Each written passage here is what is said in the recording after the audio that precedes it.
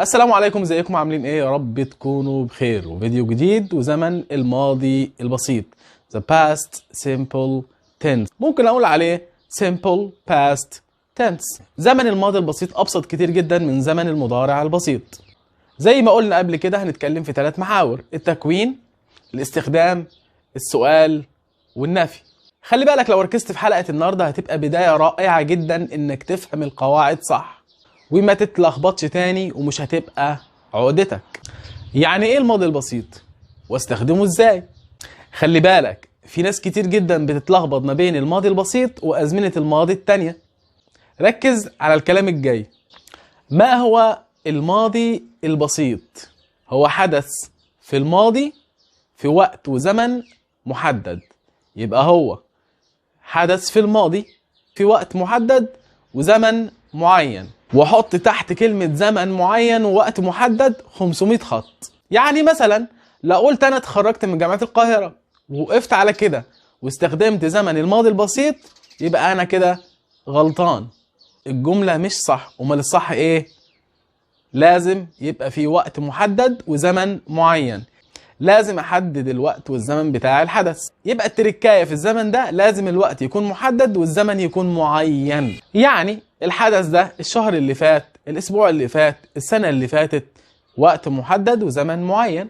وبكده عرفنا ايه هو اللي ماضي بسيط وايه هو اللي مش ماضي بسيط. خلي بالك زمن الماضي البسيط ما بيحبش الحساب، بمعنى ما ينفعش اقول ان انا عملت الموضوع ده او الفعل ده منذ 20 سنة، منذ 30 سنة. لازم وقت محدد وزمن معين، علشان الحتة دي هي اللي هتخليك برنس في القواعد وهتفهم الزمن صح. في جملتين عايز اقولهم لك ونحدد مع بعض انهي جملة زمن ماضي بسيط وانهي جملة مش ماضي بسيط. اول جملة: اشتريت حذاء جديدا. التاني جملة: اشتريت حذاء جديدا بالامس. انهي جملة بقى ماضي بسيط وانهي جملة مش ماضي بسيط؟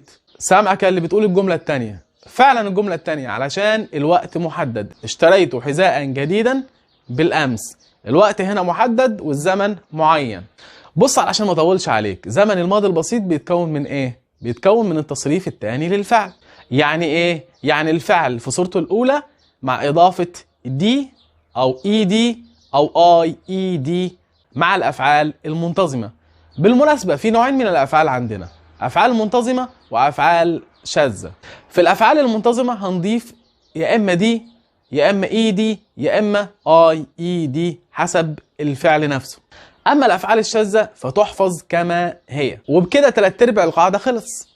ناخد امثلة. الفعل visit. visit معناها يزور. مثال: he visited his teacher yesterday.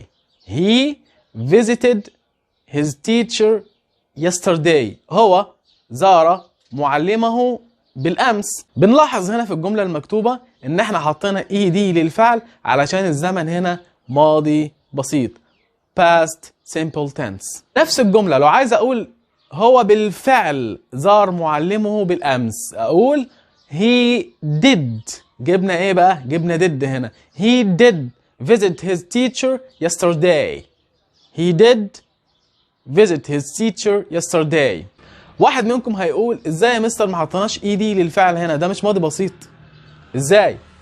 هنا did في الماضي، فما ينفعش بعد did اجيب فعل فين؟ في الماضي. هنرجع visited لاصلها تبقى visit. طب لو انا عايز انفي الجمله دي اعمل ايه؟ بسيطه جدا، هتجيب كلمه not بعد did.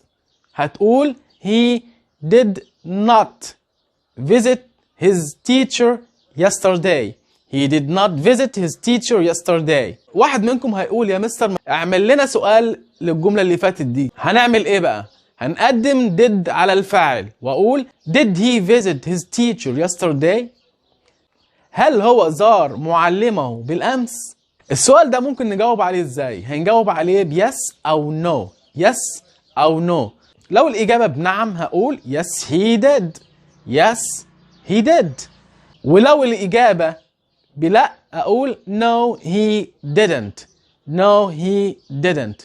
دي اجابه مختصره، لكن لو عايز اقول اجابه كامله اقول yes he did visit his teacher yesterday، او اقول no he didn't visit his teacher yesterday.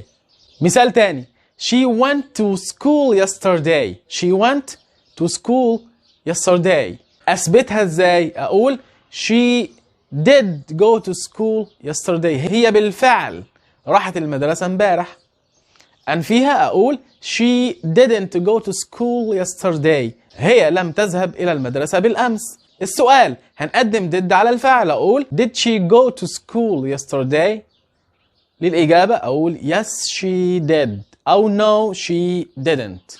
yes she did أو no she didn't. الزمن كده خلص، بس اللي عايزك تعرفه إن مش كل زمن ماضي يبقى ماضي بسيط.